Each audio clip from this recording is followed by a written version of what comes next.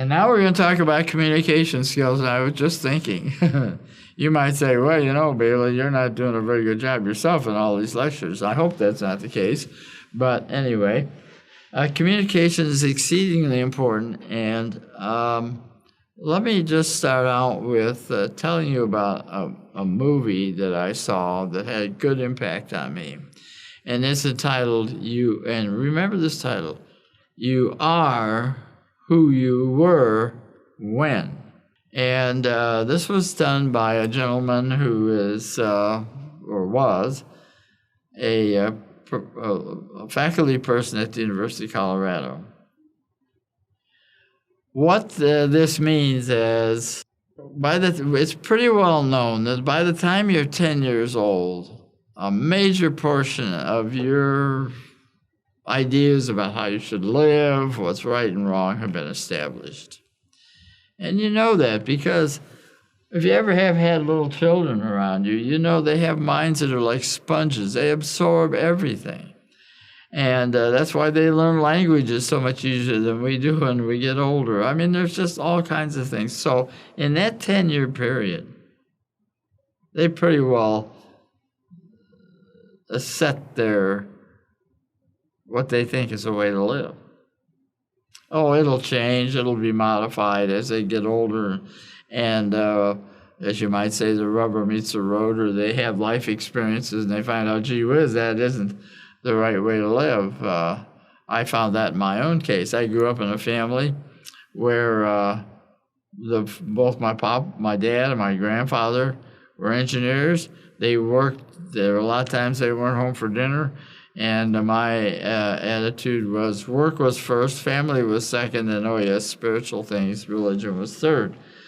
Well, I had a nervous breakdown in the process because family was going to pot, and my religious experience was pretty weak, and so I had to reverse the order.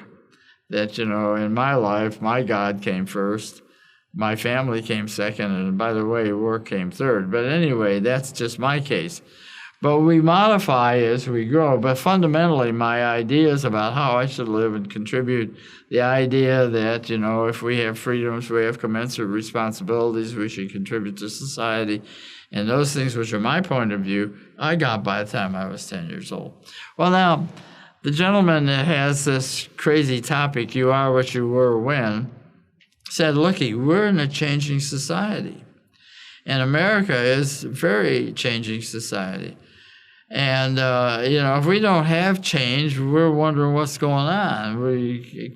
And of course, technology is forcing lots of change, and both in our interpersonal relationships and communication, and how we're healed and how we go through life and what we do. How we're educated. What I experienced when I was 10, and I was born in 1931, contrast to somebody, let's say, is 30 now. Well, they were born probably in the 80s.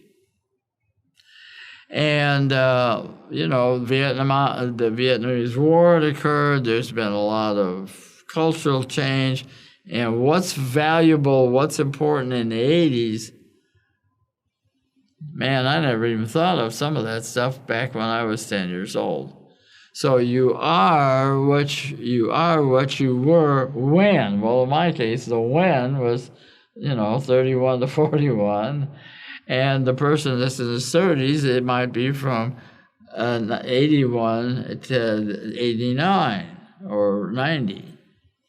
So when we talk to each other, we could have a problem here because I'm going to use little idioms and phrases like "there's more than one way to skin a cat," "Rome wasn't built in a day," "the rabble stormed the castle," whatever that I've cooked up. Or don't you remember back in World War II?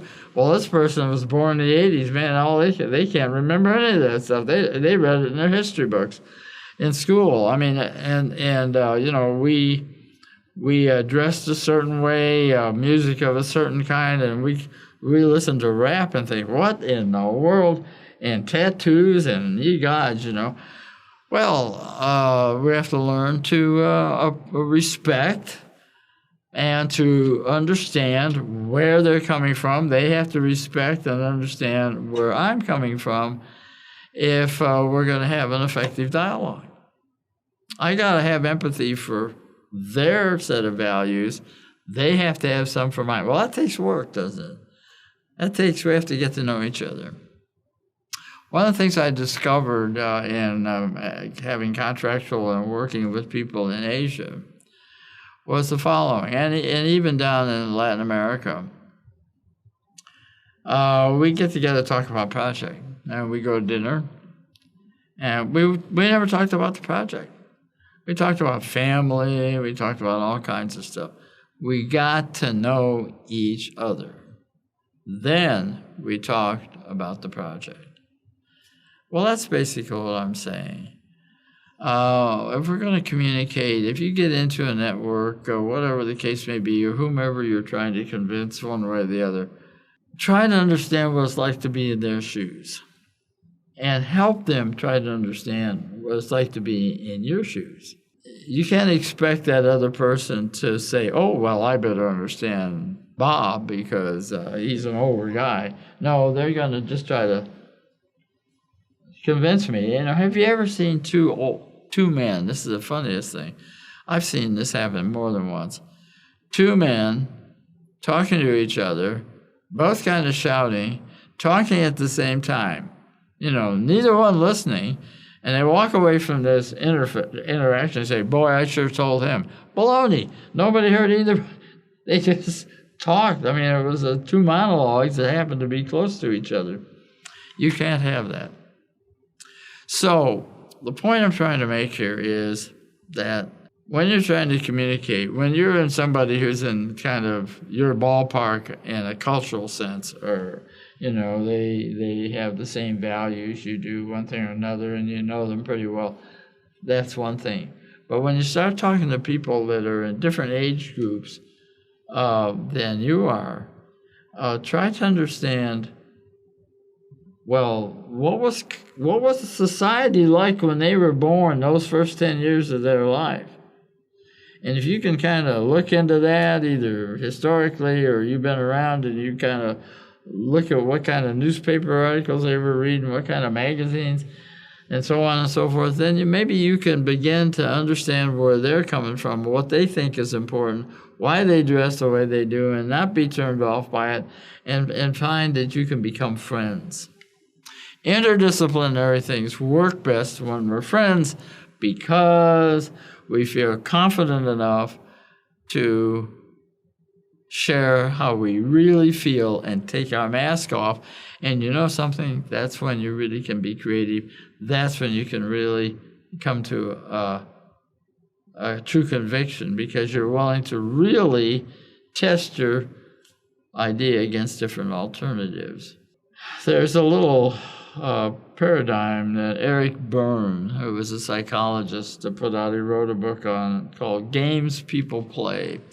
And in this, he has a little model of a human being. And he says, psychologically, we operate at 3 levels. There's a child, parent, and adult levels. Child, parent, and adult.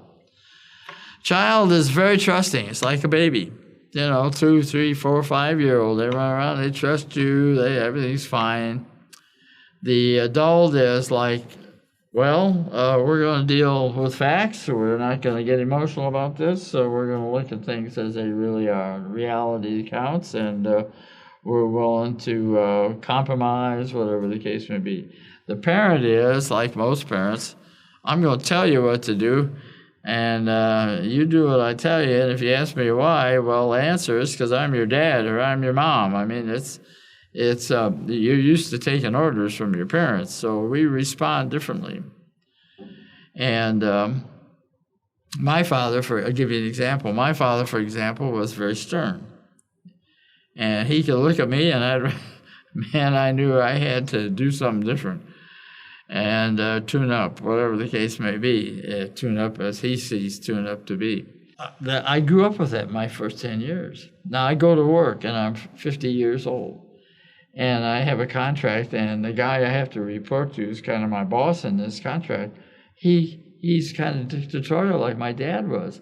And here's what happened to me. This guy would bark at me, and bingo, I was a child responding to my father. And I had to really work on the fact that, look, Bob, you're an adult. You're going to deal with this guy as an adult. He's not your dad. But that kind of emotional response, those triggers were there. Realize that so that you can have better communication. What you want to do is, if you can get a group together that's working on this project that you have, and you can all be in what you might call a child ego state, where people trust one another, then you'll be able to really communicate and be more creative, because creativity is maximized when you're in a trusting situation. Finally, I want to just say again, a good reference book besides Eric Berne's Games People Play is this one I told you about, C.P. Snow, Two Cultures. It's you'll find it referred to over and over again over the years, because the man really lays out the fact that technology has their own vocabulary. It's a knowledge base that is built on building blocks, one step at a time. And it's not like learning history, well, we're living history. We can all jump into a history course or an English course without having to take a whole lot of preliminary courses like, math, algebra, geometry, calculus, differential equations, how that goes. But C.P. Snow, Eric Berne, and if you can find the film, You Are What You Were When, but you don't need to, because basically the idea is just remember people's values and the way they think were based on their first 10 years of their life, plus some other things they've experienced. If you're going to deal with them, think about, what was it like when you grew up compared to what was it like when I grew up? And knowing that, then see if you can't communicate better. Okay?